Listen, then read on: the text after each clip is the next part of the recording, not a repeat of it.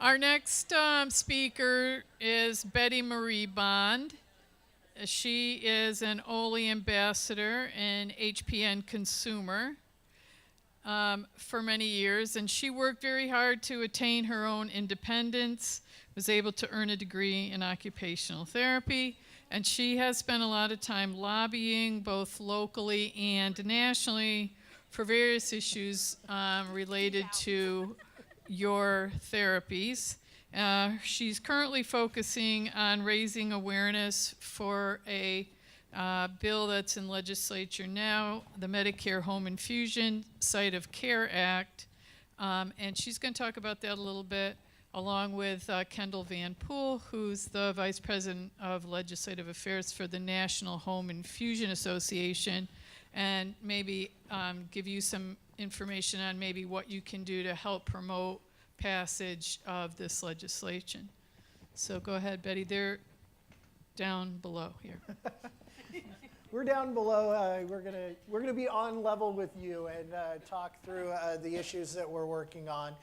Thanks everyone for having us today. I think that it's very impressive to me. This is my first time here at an Oley conference. I was supposed to make it last year, but got waylaid and stayed in DC. But it's great to be here this year. Seeing the children this morning during breakfast really heartens me on all the efforts that are going on here at the Oley Foundation with advocacy and education to you as the community needing parenteral and enteral nutrition. It means a lot to NHIA, and it means a lot to us to know that we are serving folks like yourselves in the home infusion space, and we hope that our partnership can be ongoing. I love working with Joan and the team and Bettemarie Bond. So thank you for having us. What Bettemarie and I are going to be talking about today is advocacy. Advocacy is the cornerstone of our democracy. Without advocacy, members of Congress and the administration really won't know if there is a problem. There's a literary term known as the ivory tower. And the ivory tower is a term that refers to a world where intellectuals engage in pursuits that are disconnected from the practical concerns of everyday life. If we don't advocate about governmental issues that affect our everyday lives, we serve to build that ivory tower for members of Congress and the administration. In many cases, we can observe Congress and the administration building their own ivory towers. So we must work to tear down those towers, and our tool in that effort is advocacy. So it's easy to sit on the sidelines because from the outside, the political machine can seem unwavering in its political ideology and the fights that are ongoing. Right now, we're watching the presidential elections, and it's sometimes just wary to watch TV and the blowhards that are on TV talking over and over and over about issues that just seem to be up here and not affecting everybody's lives. But what I'm here to tell you, and what Bettemarie is here to tell you, is that your voice can be heard. There are places where you can affect change, and that's what we're here to tell you about today. Your voice as a home pen consumer or a caregiver is very important. Your story matters. Your voice can encourage change in legislation that will improve lives for thousands across the country. Today, I hope to inspire you to use your voice to speak out in support of an issue that is near and dear to your heart. Currently, there's a few bills within the House and in the Senate that are relevant to us as home pen consumers or a caregiver. These bills address concerns and challenges that we face daily. So everyone has struggles and they have needs, but the question in advocacy is driven by what problems do we have that the government is a cause of or can be a fix for. So issues with drugs that you rely on and the coverage of those drugs are clearly in the realm of the federal government and what you can advocate for change in. Right now, we are focusing on multiple issues, But today we'll work on a couple issues that we want to take you through and let you understand what we're working on with regard to parenteral and enteral nutrition and how it can affect you. So we'll start by talking about the Medicare home infusion coverage that we're working on right now. And we'll also talk about another issue with regard to the Food and Drug Administration and some of their oversight of compounding pharmacy. I would like to share with you how I am personally affected by a loophole in Medicare regarding home infusion therapy. I've been on home infusions for over 25 years. I've gained my independence. I fought to go to college, to graduate, to work. I worked for 14 years as a pediatric occupational therapist, and I loved it. But now I'm retired due to my condition, and I'm on Social Security disability. I have a mitochondrial disorder, dysautonomia, and overall gut dysmotility. Because of that, I require several infusions a day. I'm on TPN, D5 normal saline, also on dextrose infusions, and a PCA. TPN is covered by Medicare in the home environment with pre-approval. Sometimes it can be challenging to get, but it is covered. What's not covered by Medicare in the home environment is saline, IV antibiotics, IVIG, chemotherapy, and other IV medications. But when they are covered if you're within a medical facility, such as a nursing home, a hospital, or an infusion center. So what happens is a lot of people, when they get on Medicare, they end up having to be admitted into a medical facility of some sort to get their infusions.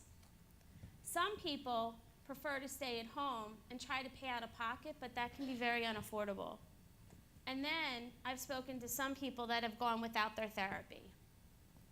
It's crazy that the cheaper alternative of the home environment is not even an option.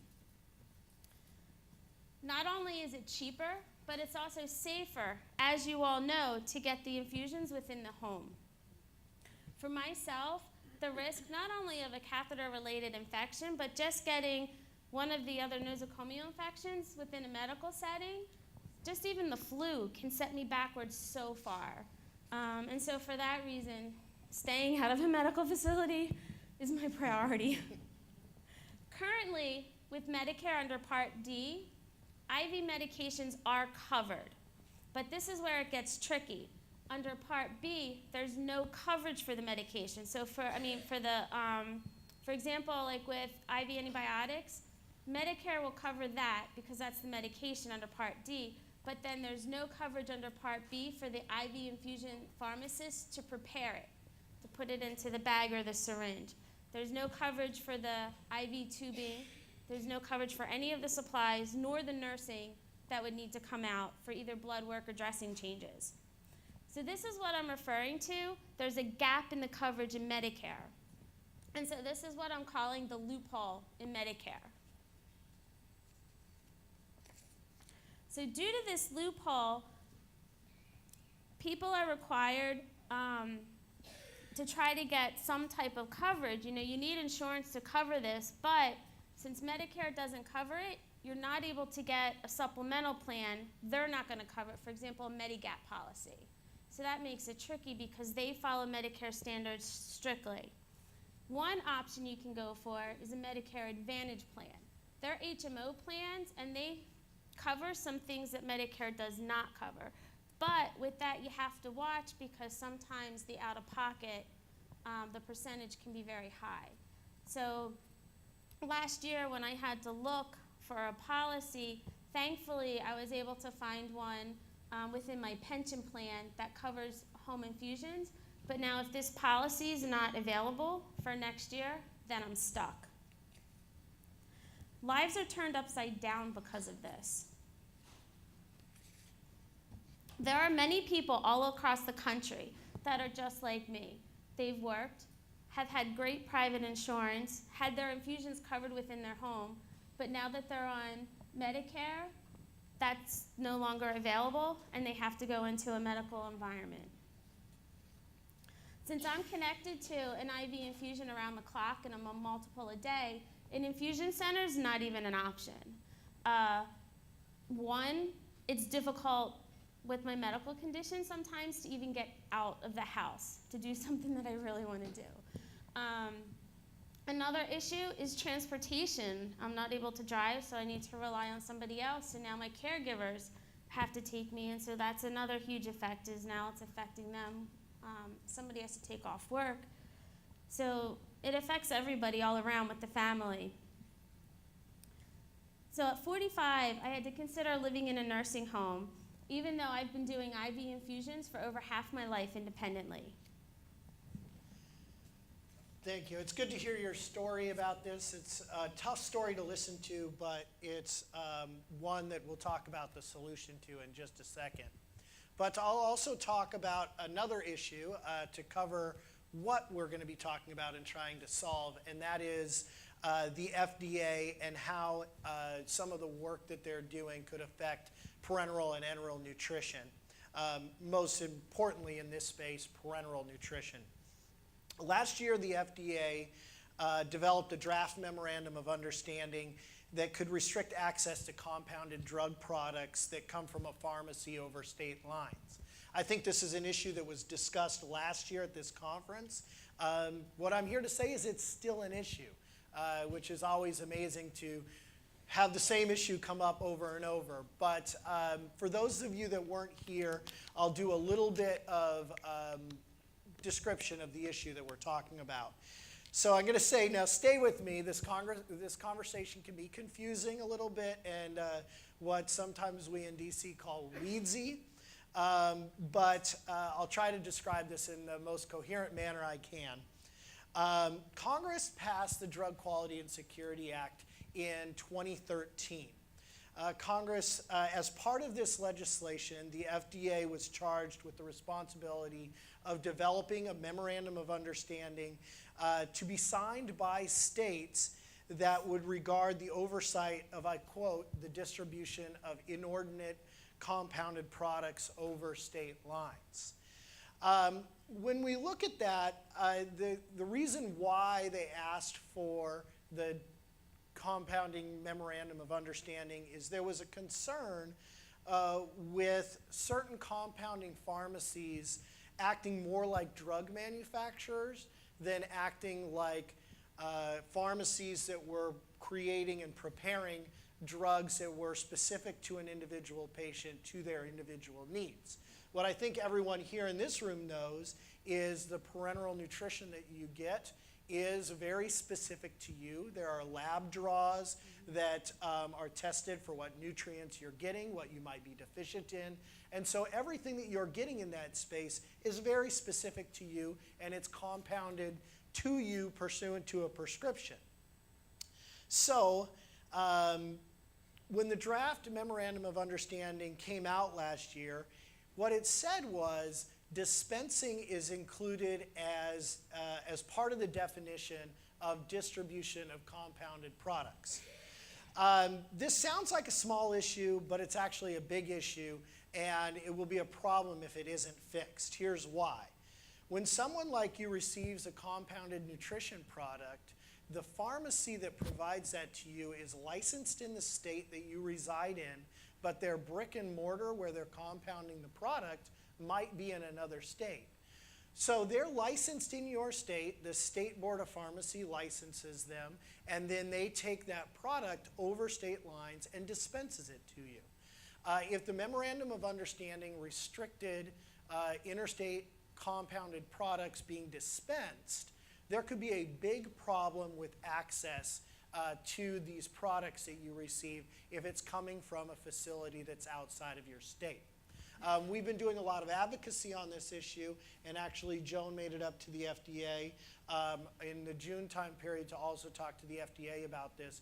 But this is a problem that needs to be fixed. But we don't come here to scare you.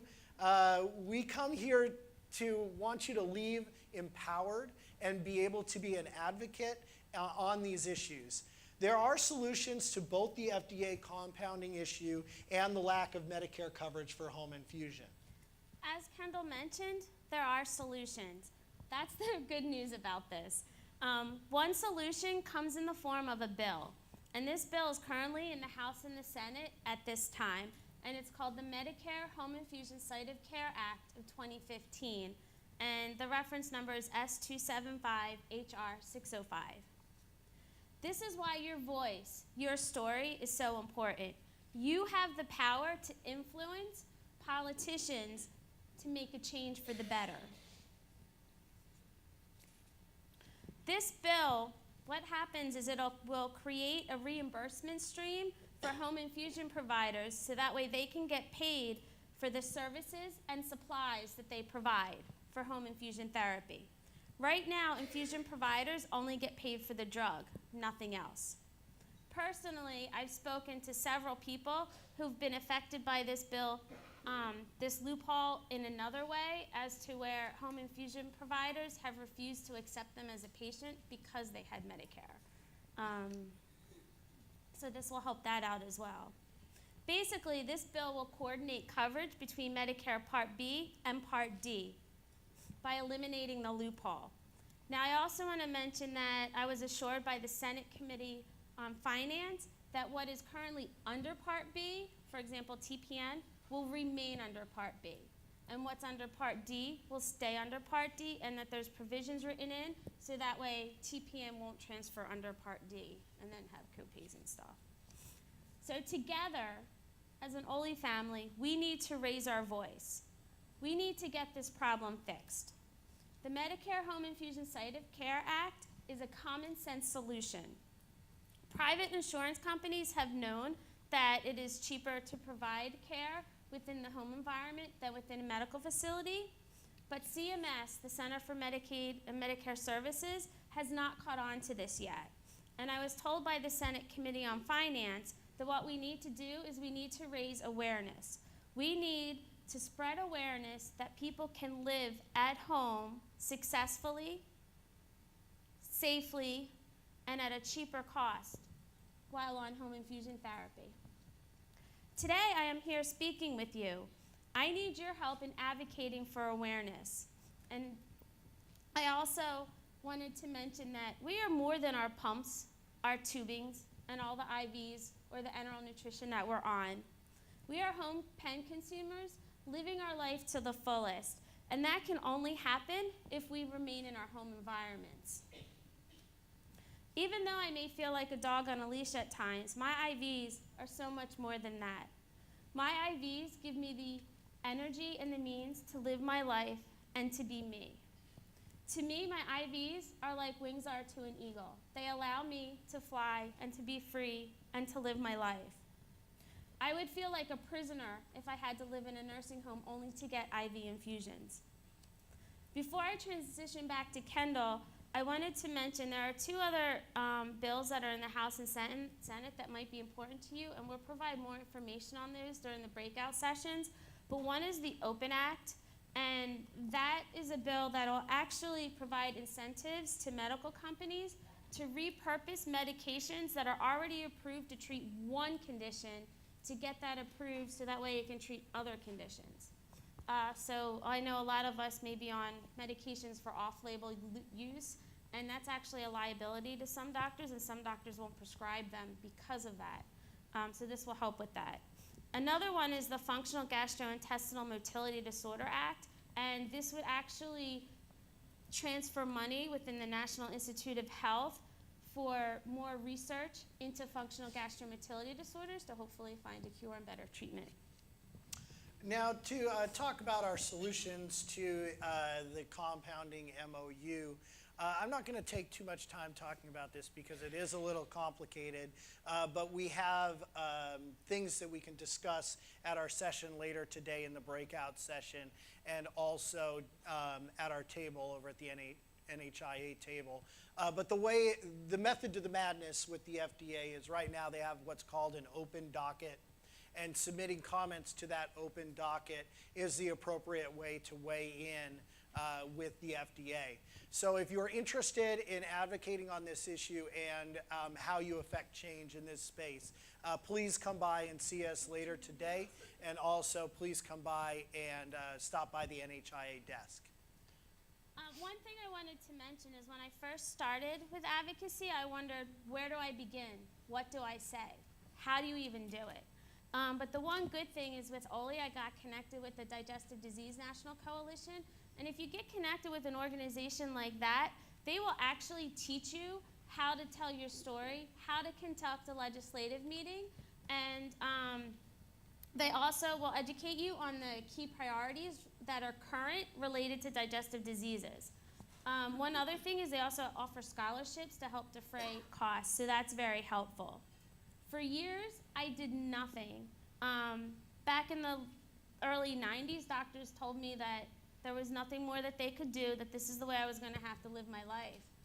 That maybe in 20 years there would be more out there, a medication or a treatment. Well, it's been over 25 years and there's nothing. So I started thinking, well, what if? And because of that, that's what inspired me to start doing more. As you know, the squeaky wheel gets the grease. Those who are vocal get the funding and the research, the treatment, and possibly even a cure for their disorder. Why leave it to someone else? First, I connected myself with organizations, learned how to lobby. After participating in a legislative meeting, what's very important is to follow up.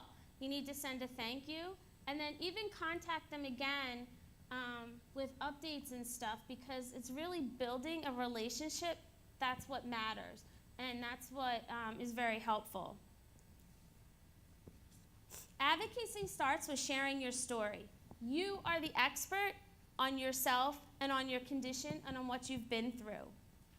All you need to do is speak from the heart and tell your story. Pair your story with a request. Organizations have on their website usually a list of key priorities related to your condition that are important in politics at this time. And so you just kind of pair it with that. You don't have to travel to DC to lobby.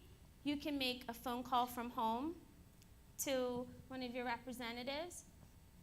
You can meet with a representative locally. You can also utilize social media. You can also have a newspaper, TV, radio stations involved in spreading awareness. There's so many different ways. I contacted the Philadelphia Inquirer. I saw that a journalist wrote an article about drug shortages, and she wrote an article about this issue recently, and it was on the cover of the newspaper.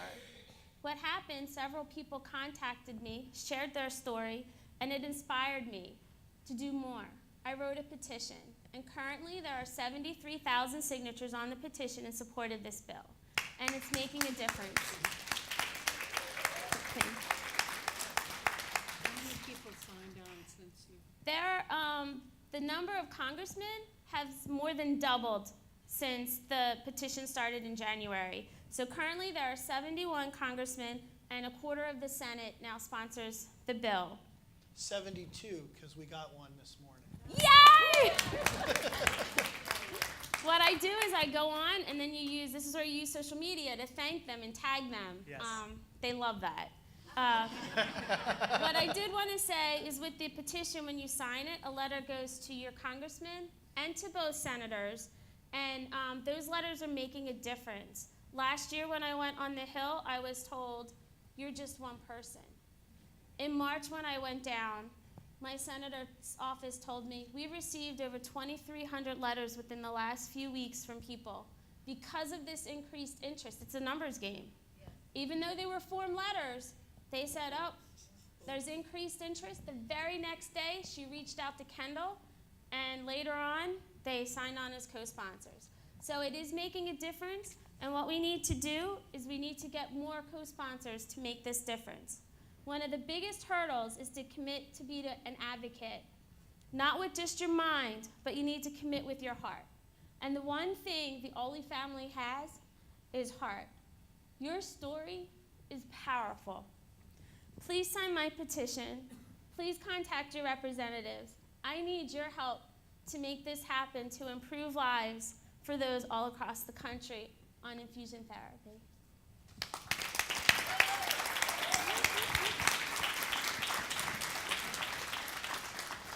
And it may seem like a daunting task, but we are here to help you write your letters, get organized for a phone call, to do whatever it is that you want to do. Kendall and the National Home Infusion Association does a wonderful job of putting out information that's understandable. We use most of it and try hard to understand most of it. We still have a little work to do in that area. But there's a cloud of suspicion when industry and government comes together. There's always that one word, profitability, and they will listen to Oley members, I think. We just have a louder voice, and it's the heart that comes through. And this is definitely an effort in teamwork. This is something to actually give you a little bit of background on myself. The reason why I'm involved in this issue is I worked for the American Diabetes Association, and this issue came across my desk when I was their policy director. So this is something Oley's involved in. We're working with the American Diabetes Association. The Cystic Fibrosis Foundation is involved. And it's not one of these situations where a industry who I represent in this space, the providers, we're definitely working hand in hand on this one, where I don't see a nexus where there would be suspicion of our industry. We want to do this so we can service this community, and we feel very strongly that we can get this done this year. So it isn't a Joan Bishop, it isn't a Kendall Van Poel voice, it's a Betty Bond, and it is your voice. I can't emphasize that enough. And there are going to be a breakout session, and there's also a table, the Home Infusion Association. And so if anybody has any comments that they want to make now, we'll take a couple. But there's other venues where you can learn more about this. If you were not here last evening, I just want to reinforce Betty. She won the Advocacy Award, and you can see why. And I know many of you will.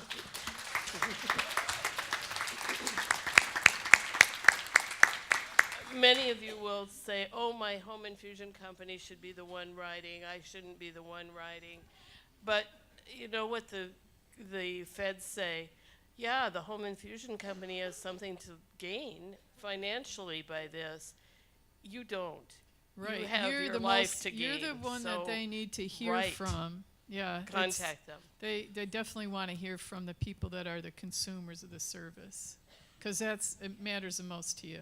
Oh my goodness, during some of the legislative meetings, I've actually, now I always try to hide my pumps and tubings, but I pulled them out and I showed them, and they look and they listen.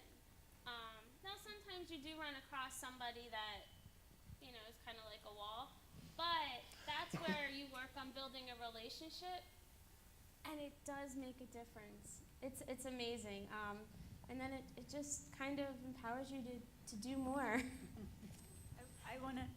I would just want to mention that, Betty, we ran the Philadelphia Inquirer article in the newsletter. There are a few copies on one of the tables out here. We have some newsletters and Oley materials in case you're not familiar with them. But it's also on our website, so if you wanted to read that article, you can find it on our website. I want to commend you, Bettemarie, for your advocacy. I too have been advocating against InFit because of the fact that there are loopholes. And those loopholes are those of us who blenderize, and also the fact that just as the loophole should put you in a nursing home, that loophole can put thousands of feeding tube users into nursing homes also, because as you know, InFit requires 2 hands to connect. We are losing our slip joint connector when we go to the screw-threaded InFit connectors, and I really do appreciate your constant efforts to overcome that loophole. And I know a lot of people here look down upon me because of my constant fight against InFit, but we have to advocate for ourselves. I do not want to go from being a 3-year feeding tube user to becoming a TPN patient. And just as the doctor pointed out in his previous talk, green beans help your digestion, and so does a breakfast like I had. I had walnuts, I had blueberries, strawberries, oatmeal, a cup of coffee, and a couple of other items in my morning blend. Thank you very much for your comments. I think there's one more question I up have- front. I just wanted to say, I'm Liz Tucker with the Short Bowel Syndrome Cure Project, and we have some examples at our table of what you can, write to your, to let them know. Fantastic, So if you- fantastic. So stop at that table too. And I'll piggyback on that Oley last summer actually worked on some letters as well. So on the Oley website, it directs you to the person. If your congressman wants to sign on to the letter, it tells them who they need to contact, whether it's the House or the Senate. They make it really easy. All you have to do is add a blurb about your own personal story. So. Thank you, everyone. Thank you.